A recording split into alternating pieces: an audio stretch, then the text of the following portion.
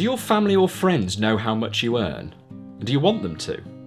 I bet most of you are sat there thinking, absolutely not. Why is that? We all worry about money, whether you're Mick Hucknall and money's too tight to mention, or you're a rich girl like Gwen. No. Despite it being our single biggest worry, it remains a taboo topic around every single dinner table. Whatever you do, don't discuss religion, politics or money through fear of having mashed potato thrown in your face. Of all the things we've got better at discussing, like mental health, gender issues for example, money still seems to be a step too far. You either feel embarrassed that you don't earn enough, or embarrassed that you earn too much. And I think it all boils down to this one idea: fairness. A fair day's pay for a fair day's work. But we all know that pay across the board is far from fair, and trying to judge what job should earn more than another is not an easy task. Should a bricklayer earn more than an office administrator?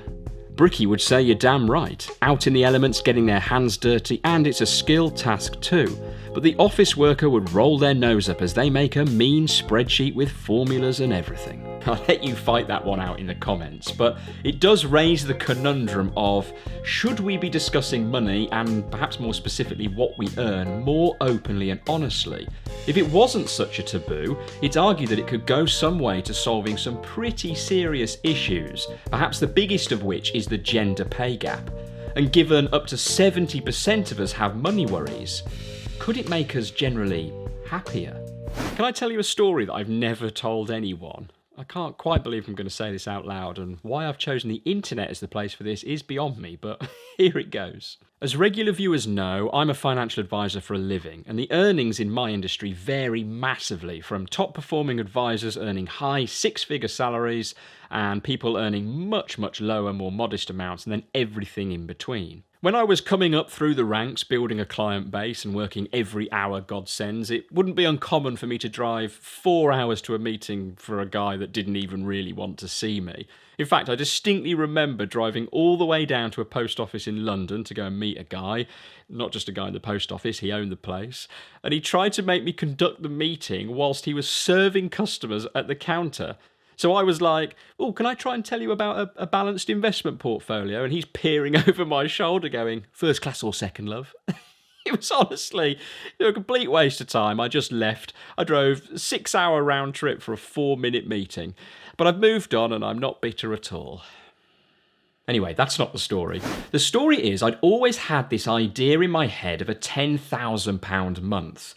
I'd seen other advisors do it and I just thought it was the pinnacle of success. An astronomical figure, this insane amount of money to earn £10,000 in one single month would have surely meant I'd made it.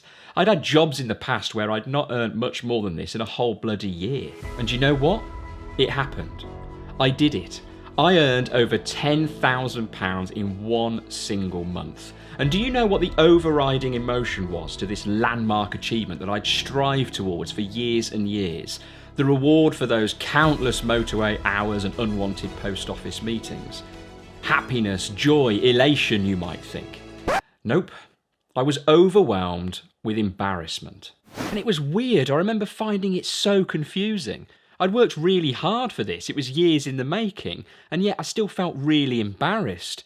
It was almost like something in my subconscious was telling me I didn't think this was fair. I have friends who are grafting in much tougher jobs than me, fixing cars, digging up roads, teachers. Well, not teachers, they have the summer off. I'm joking. I have loads of friends who are teachers. I know how hard you work. I think I saved that one. And also, I didn't know who I could celebrate with. My partner, yes, of course, but no one else really, because I honestly didn't know what they'd make of it, and I sure as hell don't want mashed potato thrown at me next time I'm round my mates for dinner. And this is what I think I'm talking about. If you expose yourself like this, stop it, and you don't earn enough, whatever that means, do people look down on you as a result? Or more so in my example, if you bear all and say with a celebratory voice, I earned £10,000 this month, do people start to expect things from you? Well, Tom earned 10 grand last month, he can get dinner for Christ's sake. Does it fundamentally change the dynamic of the relationship with that person? The single biggest setting where this is an issue is the workplace. And a great example of this is if you look on job boards, you'll see hundreds and hundreds of jobs listed with no salary next to it. It'll just say something irritating like negotiable or competitive. Why do they say this? Because the business wants the best possible person for the least possible money. It might sound a bit mean, but let's be realistic. It's the very core of productivity. So neither party wants to show their hand and set their expectations through fear of being shortchanged. And therefore, how many workplaces have people doing the same or similar jobs but not for the same or similar money? All down to how well they handled the negotiable tag when they came on board.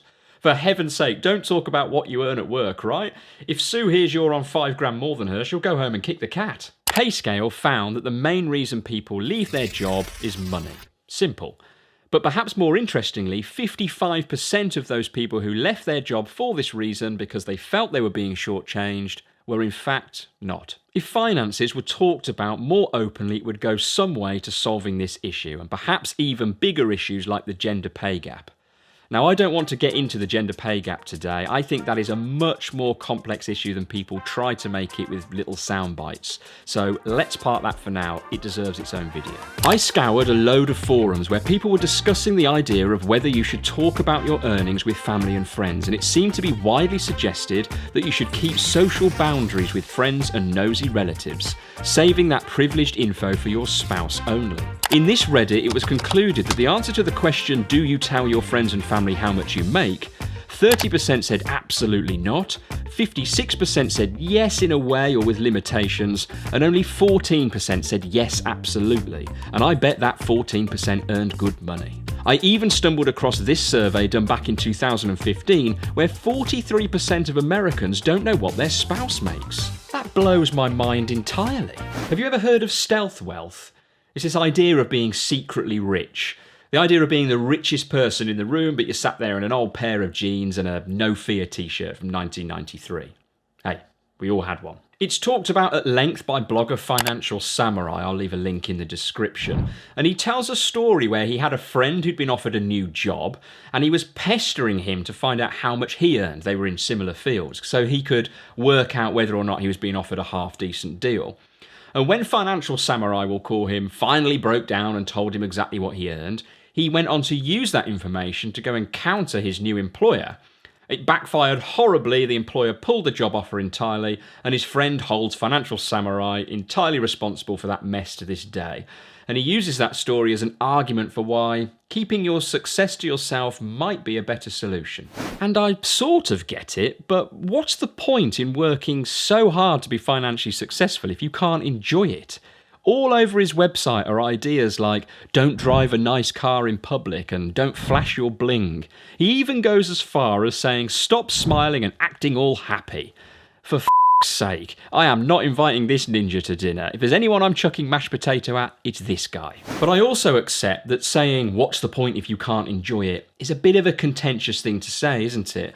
One person enjoys sitting in an Armani suit with a Rolex on their wrist, and the next person can't think of anything worse. What I am trying to understand is there seems to be a link between money and identity, as if how wealthy you are is tied to your idea of self-worth somehow. And I think in particular you feel this the most when your financial situation changes, even through hard work, like in my example of the 10 grand month. You wrestle with this newfound status and what it means, when in reality, it doesn't mean a goddamn thing. I'm the same person today as the guy who was stacking shelves in his local supermarket of an evening way back when. I just happened to have a few more quid. And perhaps it's this idea that I'm trying to protect, and fear sharing this information will make people not see me in the same way. And maybe that's a whole nother topic entirely about caring way too much what other people think of you. Do I think we should all share what we earn with each other? Well, I think with your partner, then absolutely. If you're married or in a long-term relationship, running a household and its finances is a team sport, so you should absolutely share that information. Beyond that, well, it depends. Are they eating mashed potato?